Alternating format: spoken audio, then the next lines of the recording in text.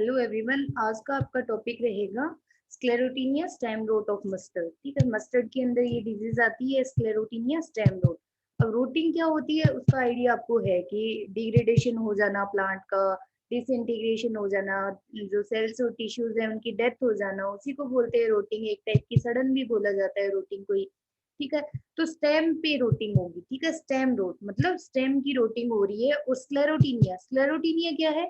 एक फंगस है। ठीक है, तो उसकी वजह से किस तरह से रूटिंग होती है, किस तरह से नुकसान पहुंचता है और कैसे वो स्क्लेरोटिनिया होता क्या है, इन सब के बारे में अपने स्टडी करते हैं। तो सबसे पहले आप समझिए इस चीज को कि स्क्लेरोटिनिया क्या है। ठीक है, तो स्क्लेरोटिनिया क्या होता है कि जैसे फंगस है, ठीक है, उसका माइसीलियम है। ठीक है, ये कोई भी फंगस का जैसे कवक जाल है, माइसीलियम है। तो वो क्या करता है कि अपनी जो इंडिविजुअलिटी है ना वो खो देगा। ठीक है, अपनी जो इंडिविजुअलिटी है वो खो के और क्या हो करता है कि वो माइसीलियम एक हार्ड स्ट्रक्चर बना लेता है। ठीक है, इस तरह से अपने एक हार्ड स्ट्रक्चर बना लेगा जो कि डोरमेंट पड़ी रहती है, मतलब जमीन में और इस तरह से पड़ी रहेगी। और वो जो स्ट्रक्चर है वो जो एडवर्स कंडीशन होती है, ठीक है, जिसके अंदर की इनको फेवरेबल जैसे टेम्परेचर क्लाइमेट वगैरह नहीं मिल पाता है, तो उस टाइम में ये जो है स्क्लेरोटिनिया, तो ये सरवाइव करता रहता है। और जैसे ही फेवरेबल कंडीशन आती है तो वो जर्मिनेट होके और जो अपनी मेन होस्ट क्रॉप है, जो क्रॉप है उसके ऊपर नुकसान पहुंचाना शुरू कर देगा। वहां से इंफेक्शन करना शुरू कर देगा। ठीक है, तो उसी को बोलते हैं स्क्लेरोटिनिया। और इसको ये भी बोल सकते हो कि फंगस की एक तरह की डोरमेंट स्ट्रक्चर हो जाना। ठीक है, जो कि एक ऐसे ब्लैक कलर की ऐसे गांठे सी बोल सकते हो आप, कि ऐसे गांठे सी बना लेगा ब्लैक कलर की, जो कि पड़ी रहती है या जमीन में पड़ी रहती है और बाद में वो जैसे इन्फेक्शन करेगी। तो वो प्लांट के अंदर भी आपको मिल सकती है, ऐसे ब्लैक कलर की रहेंगी वो गांठे, आपको देखने को मिलेगी। ठीक है, तो उसी को बोला गया है स्क्लेरोटिनिया। तो ये फंगस कौन सी रहेगी आपका? स्क्लेरोटिनिया स्क्लेरोशियम। ठीक है, स्क्लेरोटिनिया स्क्लेरोशियम, ये नाम से ही आपको पता चल रहा है कि स्क्लेरोटिनिया तो वो है ही है। ठीक है, प्लस में नेक्स्ट आगे क्या हो जाएगा, उसमें स्पीसीज क्या ऐड हो जाएगी? स्क्लेरोशियम। ठीक है, तो ऐसे याद कर सकते हो आप इसका कोजल ऑर्गेनिज्म। नेक्स्ट आते हैं इसके सिम्टम्स, कि सिम्टम किस तरह से दिखते हैं डिजीज के। तो सबसे पहले क्या होता है कि प्लांट के ऊपर वाटर सोक्ड लीजन बनते हैं। वाटर सोक्ड लीजन क्या होता है कि जलासक्त धब्बे, जलासक्त धब्बे, उसको आप लिख लिया करो साथ में, साथ के साथ टर्म्स, कि जलासक्त धब्बे क्या होंगे। अब कि जैसे मतलब पानी गिरता है किसी चीज पे, ठीक है, पानी गिरने के बाद जैसे पानी है वो सोख लिया जाता है, सोखता है कोई भी चीज, जैसे पानी सोख लेगी, पानी को सोख लिया जाता है, तो फिर वो कैसे एक धब्बा पड़ जाता है ना, सेम उसी को बोला गया है वाटर सोक लीजन। ठीक है, पानी को मतलब सोखने के बाद जो धब्बा पड़ता है ना, तो उस तरह का एक धब्बा पड़ता है पत्ती के ऊपर। ठीक है, जो कि स्टेम के ऊपर, सॉरी, स्टेम के ऊपर पड़ेगा वो, near to the crown region. अब क्राउन रीजन कैसे, मतलब जो वो वाला रीजन रहेगा ना, जैसे ये प्लांट है, ये इसका स्टेम है और ये इसकी रूट है, तो ये वाला जो पोर्शन है यहाँ से, ये वाला जो पोर्शन है जिस पोर्शन पे रूट के साथ स्टेम जुड़ा हुआ रहता है, ठीक है, तो क्राउन रीजन या फिर कोलर रीजन इसको आप बोल सकते हो। वहां पे आपको क्या देखने को मिलेगा कि जलाशक धब्बे पड़ जाएंगी और वहां पे कोटनी ग्रोथ हो जाती है, माइसीलियल ग्रोथ, मतलब कि जो फंगस का माइसीलियम रहेगा वो एक कोटनी ग्रोथ बना ले, ग्रोथ हो जाती है उसकी। आगे आगे जैसे जैसे डिजीज है वो फैलती जाएगी वैसे वैसे। ठीक है, तो नेक्स्ट है plant look like whitish form, मतलब कि जो प्लांट है वहां पे कोटनी ग्रोथ हो गई। अब कॉटन कैसी होती है? व्हाइट कलर की होती है। ठीक है, तो वहां पे व्हाइटिश फॉर्म दिखती है, मतलब कि व्हाइट से कलर का दिखता है। ठीक है, डिस्टेंस एट इंटरनोड और बेस, उसका जो प्लांट का जैसे इंटरनोड रहता है, दो नोड के बीच की जगह जो जगह रहती है, तो उसका जो बेस पोर्शन है, ठीक है, वहां से व्हाइटिश अपीयरेंस आती है, व्हाइट व्हाइट कलर का हो जाता है प्लांट। ठीक है, एज द डिजीज प्रोग्रेस, और जैसे जैसे जो डिजीज है वो बढ़ेगी, जो अफेक्टेड पोर्शन होगा जो प्लांट का, ठीक है, तो अफेक्टेड पोर्शन है जो स्टेम का, वो क्या डेवलप करेगा? ब्लीच्ड अपीयरेंस, जैसे ब्लीचिंग करते हैं ना, तो उसी तरह से ब्लीच्ड अपीयरेंस देखने को मिलती है। ठीक है, और वहाँ के जो टिश्यूज है उनकी डेथ हो जाएगी, वहाँ की सेल्स है उसकी भी डेथ हो जाएगी।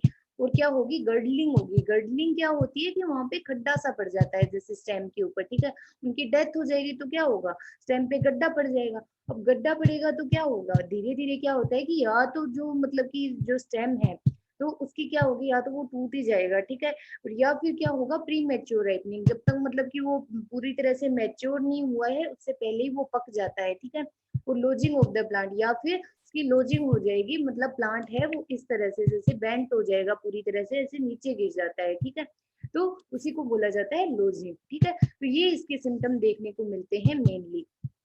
तो नेक्स्ट है हार्ड ब्लैक बॉडीज, आपको बताया ही है कि स्क्लेरोशिया क्या होता है, ठीक है, तो स्क्लेरोशिया क्या होगा कि हार्ड ऐसे ब्लैक बॉडी रहती है फंगस की, जो कि डोरमेंट पड़ी रहती है जमीन में, एडवर्स कंडीशन में उसको सर्वाइव करने में हेल्प करती है, उसी को बोला जाता है स्क्लेरोशिया, ठीक है, तो are formed inside the stem, जो कि स्टेम के अंदर भी बन जाते हैं, ठीक है, and occasionally on the stem surface basal stalk infection rarely occur, मतलब कि जो स्टाक होता है, जो स्टेम पोर्शन होता है, वो बेसल जो उसका मतलब नीचे की तरफ जो इन्फेक्शन है वो तो रेयर ही रहता है, बाकी मतलब कि जो स्टेम पोर्शन है उसके अंदर भी इन्फेक्शन हो जाएगा और वहां भी आपको जो स्क्लेरोशिया है वो देखने को मिलेगा, ठीक है, तो जैसे ये स्टेम पोर्शन है तो इसके अंदर का जो पोर्शन रहता है ना, ऐसे व्हाइट व्हाइट कलर का ऐसे बुद्धा सा जो रहता है, ठीक है, तो वो भी पूरी तरह से खराब हो जाता है, वो उसके अंदर भी ब्लैक ब्लैक कलर की स्क्लेरोशिया का फॉर्मेशन हो जाता है, तो ये इसके मेनली रहते हैं सिम्टम। इसमें क्या क्या रहेगा, एक तो देखिए कि इसमें जला सा धब्बे पड़ जाएंगे, ठीक है, और जो स्टेम है वो उसके मतलब कि जो स्टेम पोर्शन है उसके ऊपर व्हाइटिश कलर की ग्रोथ आ जाती है, ठीक है, और व्हाइट कलर के जैसे नोट्स और इंटर नोट्स है वो व्हाइट कलर के देखने को मिलते हैं, और हार्ड जो ब्लैक बॉडी रहती है जिनको बोलते हैं स्क्लेरोशिया, ठीक है, तो उसका फॉर्मेशन हो जाता है स्टेम के अंदर की तरफ, ठीक है, और कभी कभी बाहर की तरफ भी देखा गया है, बट मेनली जो है वो अंदर की तरफ ही रहेंगे, ठीक है, और वहां पे वो नुकसान पहुंचाते रहते हैं, जो स्टेम है वो टूट के उसमें गर्डलिंग हो जाएगी, मतलब खड्डा सा पड़ जाएगा, वो सेल्स टिश्यू की डेथ हो जाएगी, और हो सकता है स्टेम में वो टूट के नीचे भी गिर जाए, या फिर लोजिंग हो जाएगी, मतलब वो बैंड तो हो जाता है, जमीन पे गिर जाता है, ठीक है, तो ये इसके मेनली रहेंगे मेन मेन सिम्टम्स। ये देखिए यहाँ पे भी आपको डायग्राम दिखाया गया है कि इस तरह से देखिए कि जो स्टेम है वो दिख रहा है कि किस तरह से खराब हो चुका है, और ये प्लांट है, प्लांट की अपीयरेंस दिखाई गई है कि इस तरह से दिखता है, ठीक है, तो ये रहेंगे इसके सिम्टम्स। नेक्स्ट आता है डिजीज साइकिल, तो डिजीज साइकिल अब किस तरह से चलेगा इसका, कि देखिए कि इसके जो स्क्लेरोशिया है, मतलब कि स्क्लेरोशिया मैंने बताया आपको कि डोरमेंट रेस्टिंग स्ट्रक्चर होती है फंगस की, ठीक है, जो कि जमीन में पड़ी रहती है, और माइसीलियम क्या करेगा, अपनी इंडिविजुअलिटी को के एक हार्ड स्ट्रक्चर बना लेता है, ठीक है, तो उसी को बोलते हैं स्क्लेरोशिया, जिसके अंदर की स्पोर जो है वो भरे रहते हैं, जो कि इन्फेक्शन करते हैं आगे, ठीक है, तो सोइल बॉर्न मतलब कि वो सोइल के अंदर पड़े रहते हैं बहुत सालों तक, ठीक है, लगभग मतलब जो स्क्लेरोशिया है वो 8 से 10 साल तक सोइल के अंदर सर्वाइव करते रहते हैं, ठीक है, and germinate when the soil surface is continuously wet, मतलब कि कब जर्मिनेशन होगा उनका, कि जब जो जो फील्ड है उसके अंदर मतलब कि गीलापन बहुत लंबे टाइम तक पड़ा रहेगा, आर्द्रता आ जाती है, ठीक है, और जैसे मतलब कि जैसे अपने रोप लगाते हैं तो उसकी डेंस मतलब क्रॉपिंग होती है, सघन जैसे प्लांटिंग होती है, तो उस टाइम में क्या होता है कि जैसे मतलब कि जो जमीन है तो उसमें प्रॉपर मतलब जैसे वाटर है तो वो इवेपोरेट नहीं हो पाएगा, जैसे गीलापन वहां पे पड़ा रहता है बहुत लंबे समय तक, तो उसकी वजह से क्या होगा कि ये सड़न आ जाती है, गल जाता है प्लांट, ठीक है, तो जब ये गीला रहता है कॉन्टिन्यूअसली तो उस टाइम क्या होता है कि मतलब लगभग 2 वीक तक इसने बताया है, तो उसकी वजह से क्या होगा कि जो स्क्लेरोशिया है वो वहां पे जर्मिनेट हो जाएंगे और नुकसान पहुंचाना शुरू कर देंगे, ठीक है। नेक्स्ट है germinating स्क्लेरोशिया form small 10 cup shape structure. अब देखिए कि ये कप शेप स्ट्रक्चर है क्या, मैंने आपको एक क्लास में पहले भी बताया था कि पेरिथीशिया के बारे में मैंने आपसे जिक्र किया था कि एक फ्लास्क शेप स्ट्रक्चर थी, ठीक है, जिसमें मैंने आपको बताया था कि इसका मुंह जैसे होता है वो क्या होता है, ओस्टियोल होता है, ठीक है, तो इस तरह से मैंने बताया था कि जो एस्कोस्पोर है वो 4 टाइप की फूटिंग बॉडी बनाता है जिसके अंदर की वो बनते हैं एस्कोस्पोर, ठीक है, तो एक मैंने आपको जिक्र किया था कि पेरिथीशिया, ठीक है, वो किस तरह की से थी, इस तरह की स्ट्रक्चर थी, फ्लास्क शेप स्ट्रक्चर थी, जिसके अंदर बताया था कि एस्कोस्पोर बनते हैं और 8 नंबर होता है एस्कोस्पोर का, एक जो एसआई होती है उसके अंदर 8 एस्कोस्पोर बनते हैं, इस तरह से मैंने आपको बताया था। अब एपोथीशिया देखिए कि उसी तरह से दूसरी फ्रूटिंग बॉडी है एक कप शेप, ये आपको दिख रहा है एक कप लाइक स्ट्रक्चर बनी है, या फिर इसको आप बोल सकते हो कि एक सॉसर शेप, मतलब कि डिस्क जो तस्तरी होती है, तस्तरी नुमा स्ट्रक्चर, ठीक है, एक प्लेट लाइक मतलब, ठीक है। तो इस तरह की जैसे ये स्ट्रक्चर रहती है, उसके अंदर क्या होता है कि एस्कोस्पोर का फॉर्मेशन होता है। तो ये जैसे देखिए इसकी जो आउटर लेयर है इसको बोला जाता है हाइमेनियम, ठीक है, जो आउटर लेयर होगी उसको बोला जाएगा हाइमेनियम, हाइमेनियम। अब देखिए हाइमेनियम के अंदर क्या बनते हैं कि मैच्योर ये एसआई बनेंगे जिसके अंदर की एस्कोस्पोर बनेंगे, ठीक है। यहाँ पे दिखाया गया कि डेवलपिंग म्यूटिक एसआई, मतलब किस तरह से जो एसआई है वो बन रही है। और ये जितना भी जो माइसीलियम है वो क्या है, स्टेराइल इसकी हाइपी है, ठीक है, स्टेराइल स्ट्रक्चर है, एक बंदे हाइपी जो स्ट्रक्चर है वो प्रेजेंट है यहाँ पे, ठीक है। तो जैसे जैसे मतलब कि ये मेच्योर होगी, जो एस्कोस्पोर है वो रिलीज हो जाएंगे और वो क्या करेंगे, आगे इंफेक्शन फैलाना शुरू करते हैं, ठीक है। तो ये क्या स्ट्रक्चर है, ये जो स्ट्रक्चर है इसको बोलते हैं एपोथीसिया, एक कप लाइक या फिर सोसर शेप स्ट्रक्चर बनती है जिसके अंदर की एस्कोस्पोर का फॉर्मेशन होगा, ठीक है। तो ये रहेगा आपका एपोथीसिया। और जो मतलब मैंने आपको बताया था कि जैसे सेक्सुअल फ्रूटिंग बॉडी होती है वो 4 टाइप की होती है, ठीक है। पहले की क्लास में मैंने एक क्लास में जिक्र किया था, एक था पेरीथीसिया, एक होता है एपोथीसिया, एक होता है क्लिस्टोथीसिया, और एक होता है एस्कोस्ट्रोमाटा, एस्कोस्ट्रोमाटा जिसके अंदर की, इन चारों के अंदर क्या है, एस्कोस्पोर का फॉर्मेशन होता है, ठीक है। तो दो के बारे में मैंने जिक्र कर दिया और बाकी बची हैं दो और, उनके बारे में आगे की क्लास में आपको बताऊंगी। नेक्स्ट देखिए आप इसका डिजीज साइकिल, कहाँ पे थे अपने, कि जो स्ट्रक्चर बनेगी उसको क्या बोलते हैं, एपोथीसिया बोला जाता है, ठीक है, विच release a millions of airborne sexual spore. और वो सेक्सुअल स्पोर है कौन से, एस्कोस्पोर, ठीक है, that colonize dead plant part, ठीक है, such senescent flower जिसको बोल सकते हैं, ठीक है, एंड इन्फेक्ट प्लांट टिश्यू। और वो क्या करेंगे कि जो प्लांट टिश्यूज है उनको इन्फेक्ट कर देंगे, और वहां पे इन्फेक्शन होगा तो प्लांट में क्या है कि सिम्टम देखने को मिलेंगे, ठीक है। और जो स्क्लेरोसिया है वो लगभग 8 से 10 साल तक सर्वाइव करते रहते हैं, ठीक है।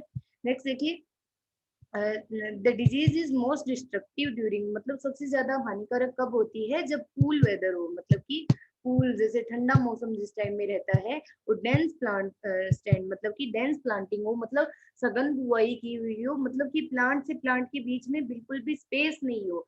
जैसे अगर स्पेस नहीं होगा तो क्या होगा, फील्ड के अंदर बहुत टाइम तक जैसे नमी है वो ज्यादा टाइम तक बनी रहेगी, प्रॉपर उसको प्लांट को लाइट नहीं मिलेगी, ठीक है, लाइट नहीं मिलेगी तो क्या होगा कि वहां पे जो पानी है उसकी वजह से क्या होगा कि प्लांट के अंदर सड़न आ जाती है, ठीक है, उसकी रोटिंग होने लग जाएगी, वहां पे जो भी सोइल के अंदर जैसे जो स्पोर प्रेजेंट थे तो वो जर्मिनेट होंगे और वो आगे नुकसान पहुंचाना शुरू कर देंगे, ठीक है। अब नेक्स्ट देखिए, सर्वाइवल एंड स्प्रेड। ये डिजीज जो है वो किस तरह से स्प्रेड आउट होती है और कैसे सर्वाइव करती है, तो सर्वाइव कहाँ पे करेगी, स्क्लेरोशिया की फॉर्म में जमीन में सर्वाइव करती है, सोइल के अंदर सर्वाइव करती रहती है, ठीक है, बहुत लंबे टाइम तक। और हो सकता है कि सीड के अंदर भी ये कंटामिनेशन हो जाए तो उसकी वजह से भी ये जो डिजीज है वो फैल सकती है, ठीक है। नेक्स्ट देखिए इसकी फेवरेबल कंडीशन, कि कौन कौन सी ऐसी कंडीशन है जो डिजीज को फेवर करती है। तो कौन सी रहेगी, फर्स्ट तो देखिए जब हाई ह्यूमिडिटी हो, मतलब बहुत ज्यादा आर्द्रता हो, लगभग 90 to 95%, और एवरेज टेम्परेचर 18 से 25 डिग्री सेल्सियस जब टेम्परेचर होता है, ठीक है, along with wind current favour the disease development. और हल्की जैसे हवा चलती है तो उस टाइम में क्या होता है कि ये जो डिजीज है वो ज्यादा फैलेगी, इसके जो स्क्लेरोशिया हैं जमीन में पड़े हैं तो उनका वो क्या करेंगे कि जर्मिनेट हो जाएंगे और फिर क्या करेंगे कि वहां पे इंफेक्शन कर देंगे, और धीरे धीरे क्या होगा कि जो प्लांट्स के अंदर जैसे मतलब जो स्क्लेरोशिया है उन्होंने जर्मिनेट होके वहां पे क्या हुआ कि एस्कोस्पोर के द्वारा जर्मिनेशन इंफेक्शन हो गया, और धीरे धीरे क्या होता है कि जो स्पोर है वो एक प्लांट से दूसरे प्लांट पे ट्रांसफर हो जाएंगे और वहां पे इंफेक्शन कर देते हैं। तो इस तरह से जो डिजीज है वो पूरे जो अपना फील्ड है उसके अंदर फैल जाती है, ठीक है। नेक्स्ट देखिए इसका मैनेजमेंट। तो मैनेजमेंट में कैसे करोगे, एक जनरल आइडिया भी आप लगा सकते हो, जैसे आपको पता है कि जो स्क्लेरोशिया होते हैं वो जमीन में पड़े रहते हैं, ठीक है। तो क्या करनी चाहिए, डीप समर फ्लोइंग करनी चाहिए, ठीक है। गर्मी के महीने में डीप समर फ्लोइंग करोगे तो क्या होगा कि जो स्पोर है फंगस के वो ऊपर आ जाते हैं, और ऊपर आएंगे तो फिर जो मतलब कि सनलाइट है, सनलाइट से उनकी डेथ हो जाती है, वो इनएक्टिव हो जाएंगी, ठीक है। नेक्स्ट देखिए यूज डिजीज फ्री सीड और रेजिस्टेंट वेराइटी यूज कर सकते हो जिससे जो डिजीज है वो आएगी नहीं। नेक्स्ट है 4 to 5 ईयर क्रॉप रोटेशन आप अपना सकते हो विद नॉन होस्ट क्रॉप, मतलब कि जो क्रूसीफेरी के दूसरे प्लांट हैं वो नहीं होने चाहिए, अदरवाइज जो डिजीज है वो अगर होस्ट क्रॉप हुई तो उसके ऊपर भी ये फैल जाएंगे और वापस जैसे अपना सीजन आएगा तो उस टाइम में वापस इसको होस्ट मिलेगा तो वहां पे भी ये इन्फेक्शन कर सकते हैं। ठीक है, तो नॉन होस्ट क्रॉप होनी चाहिए जिसके ऊपर की ये डिजीज नहीं आए। ठीक है, नेक्स्ट है फील्ड सैनिटेशन, मतलब कि जो अपना फील्ड है उसकी पूरी तरह से साफ सफाई रखनी चाहिए, वीड वगैरह नहीं होनी चाहिए, उनको पूरी तरह से नष्ट कर देना चाहिए। ठीक है, नेक्स्ट है अवॉइड डेंस प्लांटिंग, डेंस सघन बुआई अगर आप यूज करते हो, सघन बुआई अगर करते हो फील्ड में तो जो डिजीज है वो ज्यादा आएगी। तो क्या करना चाहिए, पर्टिकुलर उसकी जो स्पेसिंग है वो मेंटेन करके रखनी चाहिए फील्ड में, ताकि मतलब प्लांट से प्लांट के बीच में जैसे थोड़ी बहुत ऐसे दूरी रहेगी तो उससे क्या होगा, प्रॉपर लाइट मिलेगी, लाइट मिलेगी तो क्या होगा कि वहां पे ज्यादा टाइम तक नमी नहीं रहेगी। ठीक है, और नमी नहीं रहेगी तो आपका जो प्लांट है वो अच्छे से ग्रोथ कर पाएगा। अदरवाइज अगर ज्यादा टाइम तक अगर नमी बनी रहती है तो क्या होगा कि सोइल के अंदर जितने भी जो स्पोर प्रेजेंट थे तो वो क्या करेंगे, एक्टिव हो जाएंगे और वहां पे नुकसान पहुंचाना शुरू कर देते हैं। ठीक है, तो ये आपके यहाँ पे कंप्लीट होती है Sclerotinia road. Thank you very much class.